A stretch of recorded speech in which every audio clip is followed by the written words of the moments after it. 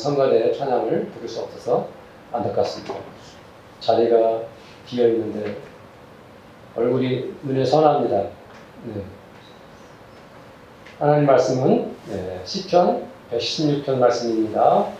시편 116편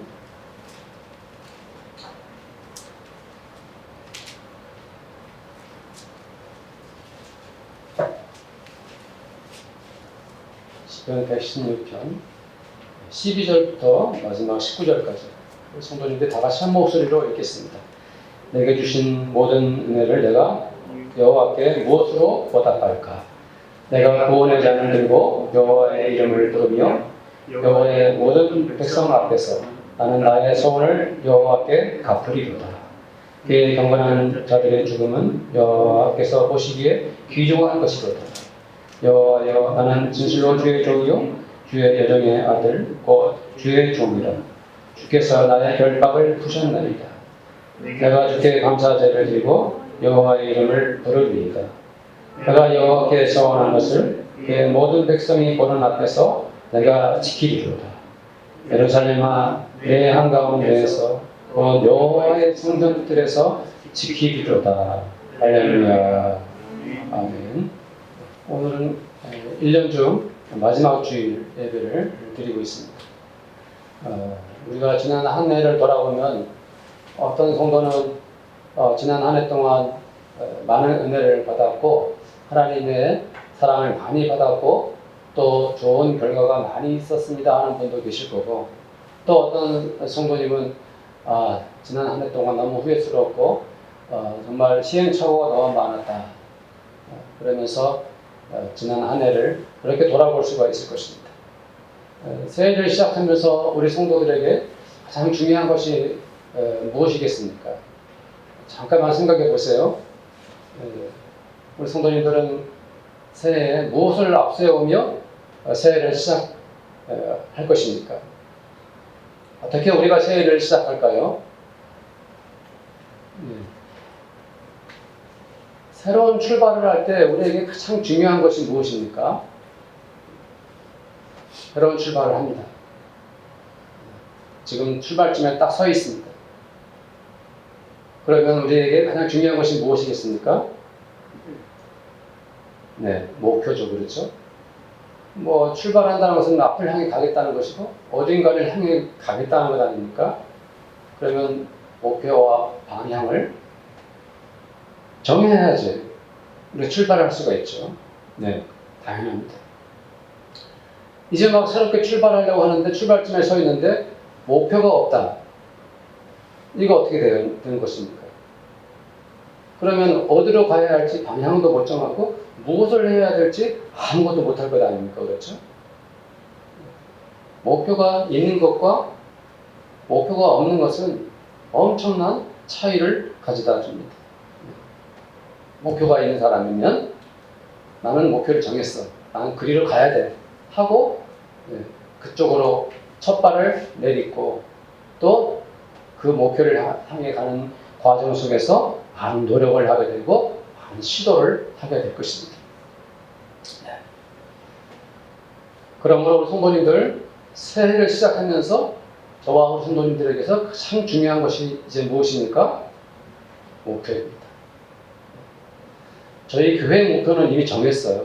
아시다시피 하나님의 전신갑주를 입으라 했는데 지금 제가 말씀드린 것은 성도님들 개개인의 사적인 목표를 정하라, 이 말씀을 드리는 것입니다. 그래서 오늘 말씀 제목을 삼중 목표라 이렇게 했습니다. 삼중 목표라는 것은 삼중 약속, 이것은 어떤 의미냐 하면은 세 가지 것이 겹친다 이런 의미입니다. 첫째는 하나님께 응답받는 약속, 목표 세 가지를 정하셔야 합니다. 둘째는 내가 하나님과 약속하는 세 가지, 그것을 목표를 정하시고 그 약속을 하셔야 됩니다. 세 번째는 나 자신과의 약속 세 가지. 올해 너무 많지요. 이 짧은 시간에 삼중 약속 다 전하려면 몇 가지가 됩니까? 9가지예요, 9가지. 예. 저는 대부분 말씀을 이렇게 3대지도 안 하고 대부분에 원포인트나 투포인트로 전하는데 오늘은 9가지다? 아, 이게 참 어떻게 다 전할 수 있겠습니까? 그러나 크게 보면 3가지입니다. 첫째, 하나님께 응답받는. 두 번째, 하나님과의 약속. 세 번째, 나와의 약속. 이 3가지입니다. 네, 성도님들, 새해를 시작하면서 우리 성도님들이 각자가 하나님께 응답받고자 하는 기도 제목 3가지는 있어야 됩니다. 그렇지 않을까요? 네. 새해를 시작하는데 나는 기도 제목이 하나도 없어요. 이건 말도 안 되지 않습니까? 그렇죠? 네. 정말 나에게 시급하고 꼭 필요한 응답받아야 할 기도 제목 몇 가지? 3가지를 성도님들 정하셔야 합니다. 네. 이것마저도 정하지 않고 새해를 시작한다면 목표가 없는 새해가 되는 거예요. 네, 안 됩니다. 그러면 성도님들, 하나님께 기도의 응답을 받으려면 어떻게 해야 합니까? 네. 하나님께서 어떤 성도의 기도를 들어주실까요? 너무나 쉬운 질문입니다. 대답도 너무나 쉽습니다. 성도님들, 우리가 하나님께 기도 응답 받을 때 가장 중요한 점이 무엇일까요? 기도할 때 가장 중요한 것이 무엇일까요? 물론 믿음의 기도, 간절한 기도, 눈물의 기도, 적정 기도, 한 기도에 중요한 부분이 있겠죠. 가장 중요한 것은 내가 하나님께 기도하는 것입니다. 아, 이렇게 쉬울 수가, 이렇게 간단할 수가. 물론 기도 중에는 내가 기도하지 않고 누군가가 나를 위해 기도해주는 그러한 기도도 있죠. 중보의 기도라고 하죠. 그러나 내가 하나님께 응답을 받으려면 내가 하나님께 기도하는 것이 가장 중요합니다.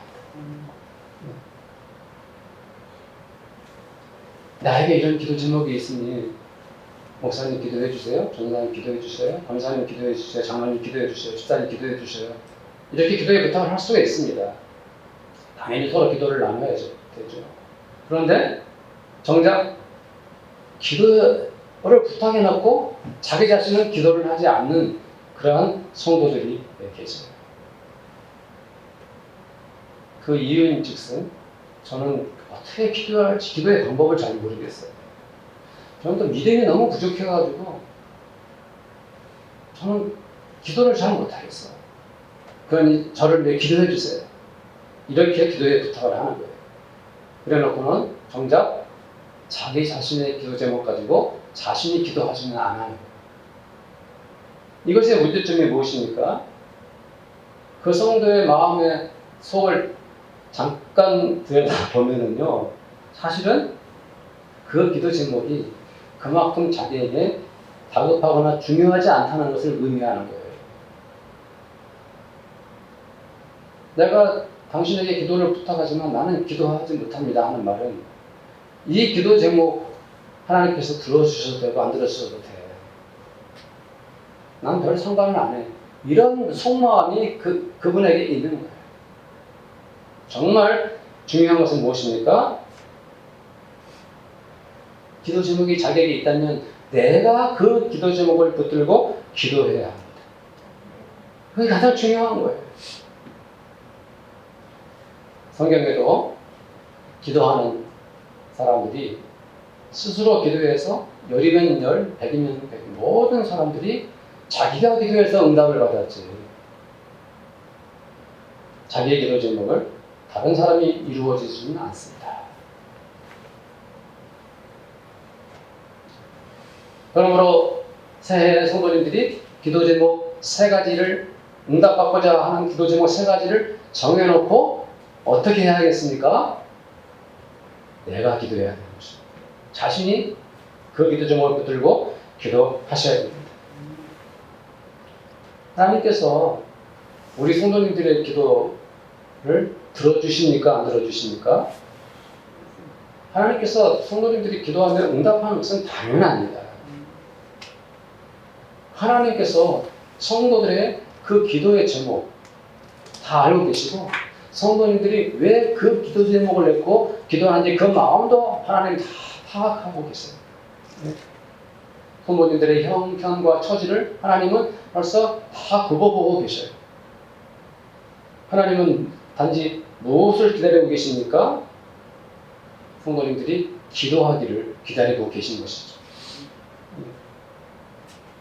우리는 그것이 언제 응답을 받을지, 어떤 식으로 응답되어야 될지, 우리는 하나님의 마음을 모르고 구체적으로 어떻게 하나님께서 응답해 주실지 우리는 그것을 모르지만 하나님의 성품과 마음은 우리가 알고 믿고 있는 거예요. 즉 우리가 하나님께 기도하면 하나님은 우리를 위해 반드시 그 기도를 응답해 주십니다. 성도님들이 그 기도 제목을 놓고 기도하면 하나님은 가장 선하고 가장 아름답게 성도들의 형편과 처지에 꼭 알맞게 하나님이 응답해 주셔요. 왜요? 하나님은 성도님들을 사랑하십니다. 하나님은 그 모든 성도들의 기도의 제목의 형편을 알고 계십니다. 하나님은 그런 하나님이세요. 반드시 성도님들에게 가장 필요한 것을, 가장 소중한 것으로 채워주시고 응답해 주시는 하나님이세요. 네. 그런데 가만 보면 어떤 성도에게는 하나님께서 이렇게 저렇게 응답을 해주셨는데 어떤 성도에게는 아무런 응답이 없는 것 같아요. 그 차이가 무엇입니까? 그것은 내가 하나님께 기도를 드렸느냐, 내가 하나님께 기도를 드리지 않았느냐, 이 차이뿐입니다. 기도를 안 드리면 응답 없습니다. 기도 드리면 하나님이 반드시 하나님의 방법으로 뭐 하십니까? 응답해 주십니다. 우리가 이제 교회에서 너무 많이 들어오는 말이 있어요. 기도는 하나님과 뭐라고요? 대화다. 기도는 하나님과 뭐 하듯이 하라고요? 대화하듯이 하라고. 너무 자주 흔하게 해왔던 말이라서요. 이 귀중함을 우리가 무심코 잊고 살아가요. 네. 기도는 하나님과 대화라는 이 말이 누구나 다 알고 있는 말이지만 우리는 그것을 기도 생활 속에서 잊어버리고 살아간다 이 말입니다. 그렇습니다.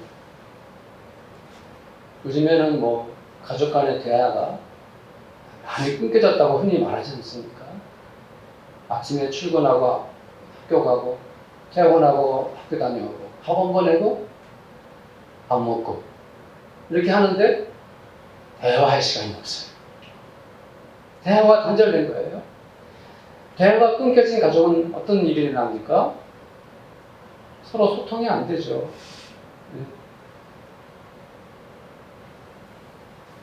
즐겁지 않아요. 기쁘지 않아요. 한 가족이지만 행복한 감정을 누릴 수가 없어요. 무엇이 끊겨졌습니까? 대화가 끊겨졌어요. 하나님은 어떤 분이십니까? 우리가 하나님께 우리가 말을 꺼내면 하나님께 말을 꺼내면 하나님은 우리의 말을 들어주시는 분이세요. 우리가 하나님께 하나님하고 부르면서 하나님께 우리의 마음을 아뢰면 하나님은 귀를 기울여 주시는 분이세요. 우리가 누군가 대화를 할 때 나는 그 사람과 참 대화를 하고 싶어요 하는 사람이 있어요.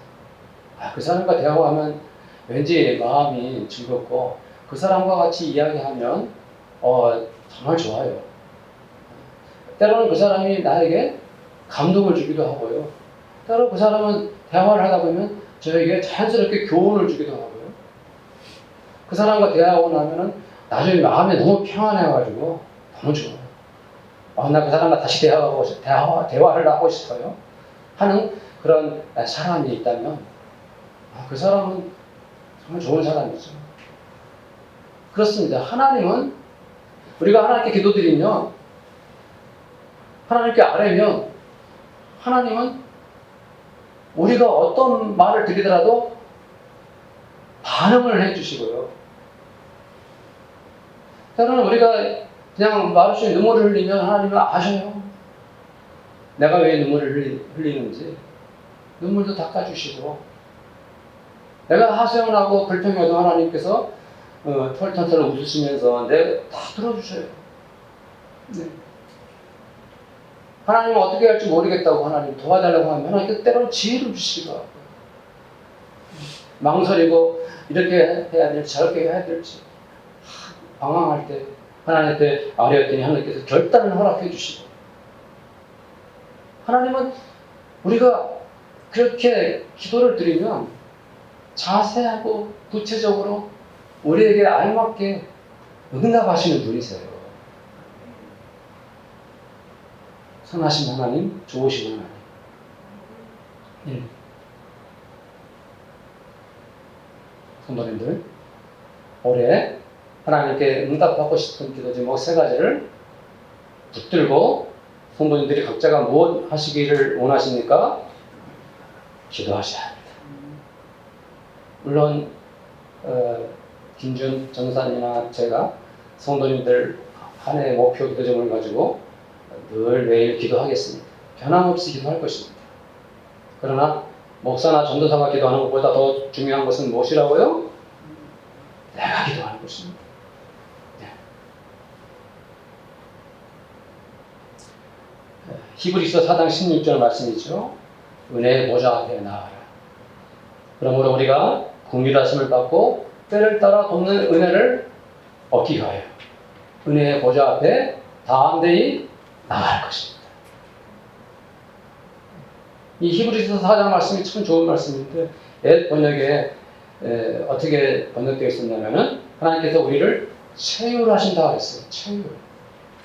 그게 어려운 번역이지만 차라리 그 번역이 더 좋아요. 저 개인적으로는. 체휼하신다는 것이 뭐냐면 우리 주님께서 우리의 몸에까지 오셔가지고 우리를 긍휼히 여기신다는 뜻이에요. 예. 예수님은 우리처럼 몸으로 시험을 당하셨어요. 예수님은 우리와 같이 친히 시련을 겪으셨어요. 예수님은 우리처럼 몸으로 눈물도 흘리셨고요. 때로는 절망도 하셨고, 괴로워하셨어요. 기뻐도 하셨고, 예수님은 우리가 몸으로 겪는 그 모든 것들을 친히 겪으셨어요. 그 주님이 바로 체휼하시는 주님이시라고 했어요. 그 주님이 우리가 기도드릴 때 우리의 마음을 다 아시고, 우리가 왜 그 기도를 드리는지 주님은 긍휼히 여기시면서 그 마음을 공감하시고 불쌍히 여기시며 우리의 기도에 응답하시는 우리 주님이신 것입니다. 은혜의 보좌 앞에 머뭇거리지 마시고, 갈까 말까 망설이지 마시고, 은혜의 보좌 앞에 담대히 나아가 기도하는 성도님들이 되시기를 축복합니다. 요한계시록 8장 3절 4절에도 너무 좋은 말씀이 있죠. 또 다른 천사가 와서 제단 곁에 서서 금향로를 가지고 많은 향을 받았으니 이는 모든 성도의 기도하여 보좌 앞 금제단에 드리고자 함이라. 향연이 성도의 기도와 함께 천사의 손으로부터 하나님 앞으로 올라가는지라. 얼마나 은혜로운 말씀입니까? 우리 성도님들 한 분 한 분의 기도가 얼마나 거룩하고 소중한지를 말씀해 주는 것이죠. 성도님들의 기도 한마디 한마디가 그 하나하나가 금향로에 담겨져 가지고 하나님의 보좌 금제단에까지 올려갑니다.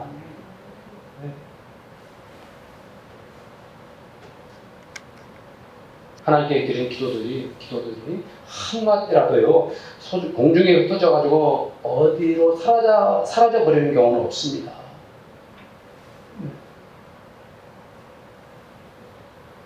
성도들의 그 기도의 작은 숨소리라도 온전히 하나님의 보좌 앞에까지 올라갑니다. 성도들이 남몰래 흘린 그 눈물 한 방울도요 흩뜨지 않고 하나님의 거룩한 보좌 앞에까지 다 올려갑니다. 이 기도가 이렇게 소중하고 거룩한 거예요.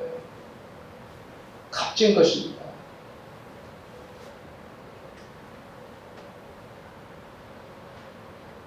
그 믿음을 가지고 새해에 성도님들의 기도 제목을 가지고 기도하시길 바랍니다. 그 기도의 비전을 가지십시오. 내 기도가 하나님의 거룩한 금재단에까지 올려간다는 거룩한 믿음을 가지고 기도하고 그 비전을 가지고 기도하면요 하나님은 반드시 응답해 주십니다. 두 번째로 하나님과의 약속입니다. 하나님과의 약속. 이것은 기도가 아닙니다. 기도가 아니고 하나님 앞에 내가 이런 것을 실천하고 이렇게 행동하겠습니다. 내 신앙을 위해서 하나님과 약속하는 거예요. 내 영적인 성장과 성숙을 위해서 하나님과 약속하는 것이죠. 물론 그것이 어떤 것이든지 저는 관여할 수 없고 또 제가 지시할 수도 없죠. 성도님들 각자의 몫입니다. 하나님과의 무엇을 하라고요? 약속을 하는 거예요. 그것이 무엇이 될지 저는 모르죠. 예를 들면 성도님들이 매일 성경 한 장을 읽겠다. 이것도 하나님과 약속일 수 있고요. 해마다 해왔던 식으로 올해도 매일 큐티를 하겠다. 네. 괜찮죠. 운동을 하겠다. 이런 것도 괜찮고요. 네. 이 코로나 사태 때문에 한동안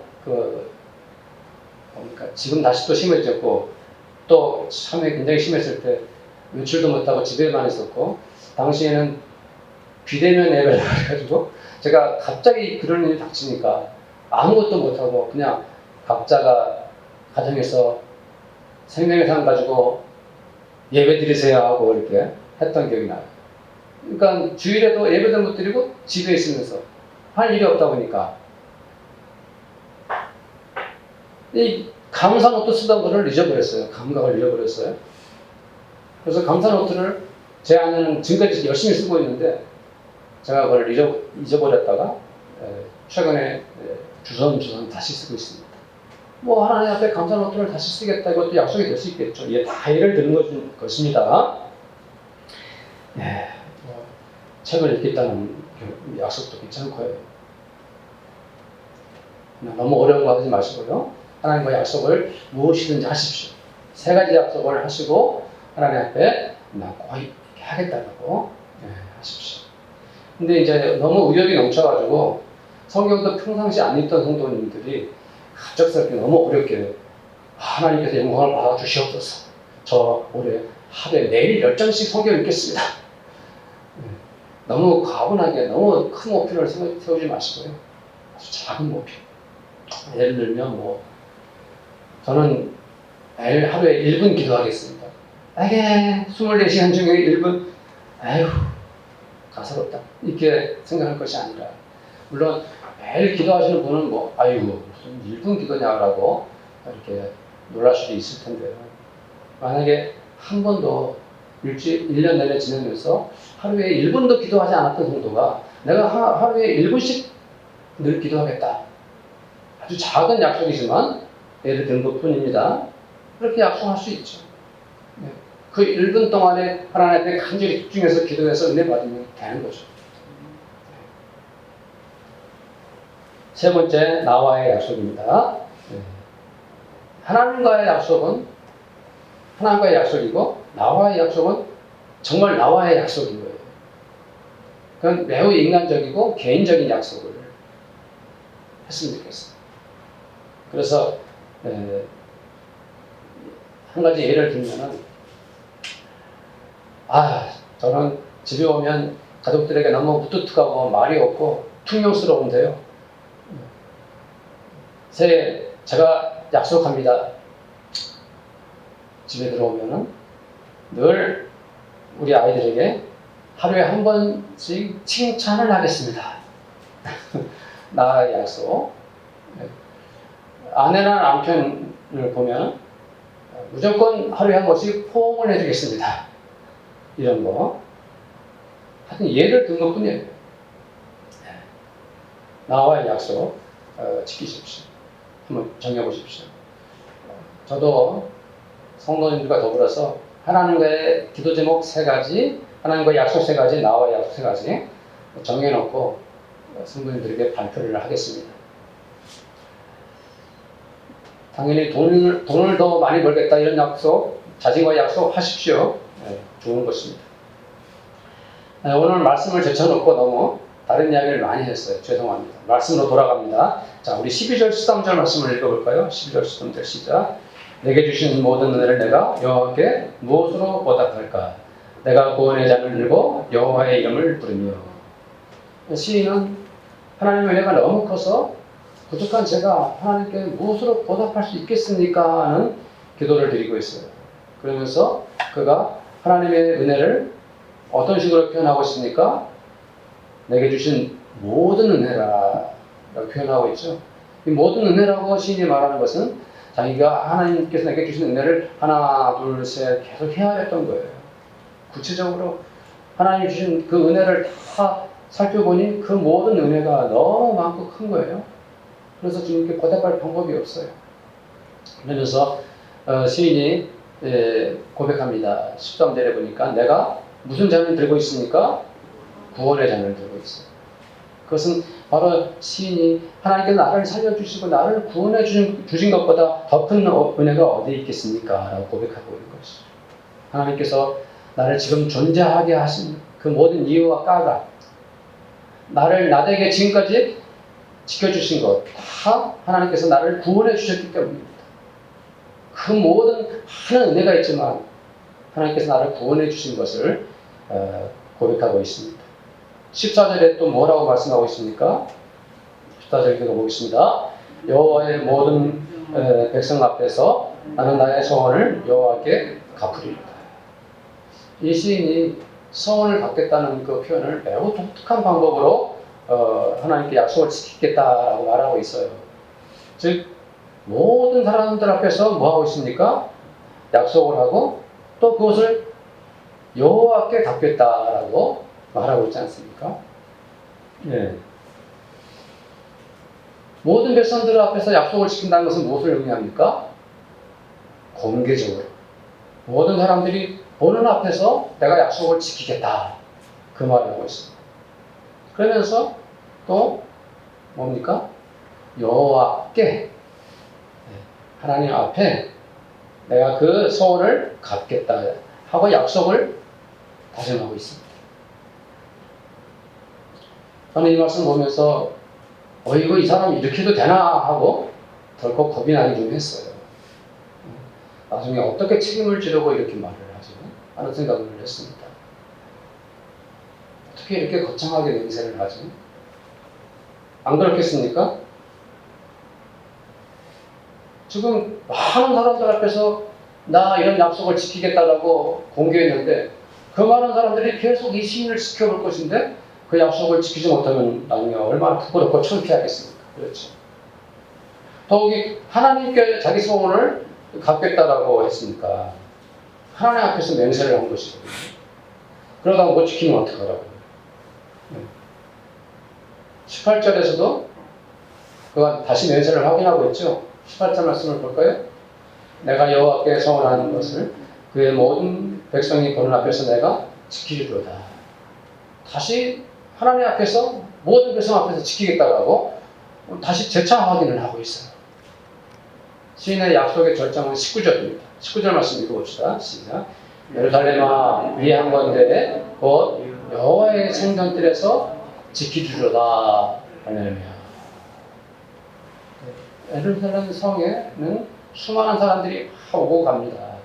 그런데 거기에 성에 예루살렘 성에 어디에 이 시인이 서 있습니까? 한가운데 서 있어요.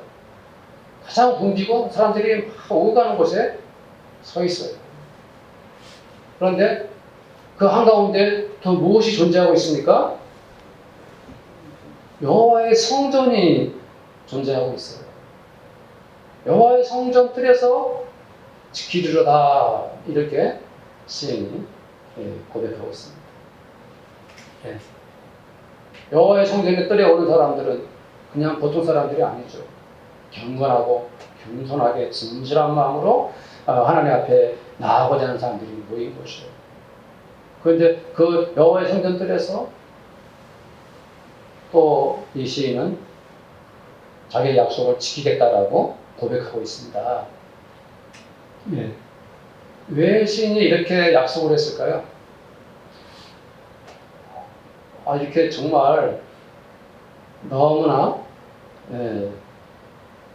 놀라운 약속. 왜 이렇게 시인이 고백을 했을까요? 성도님들 생각은 어떻습니까?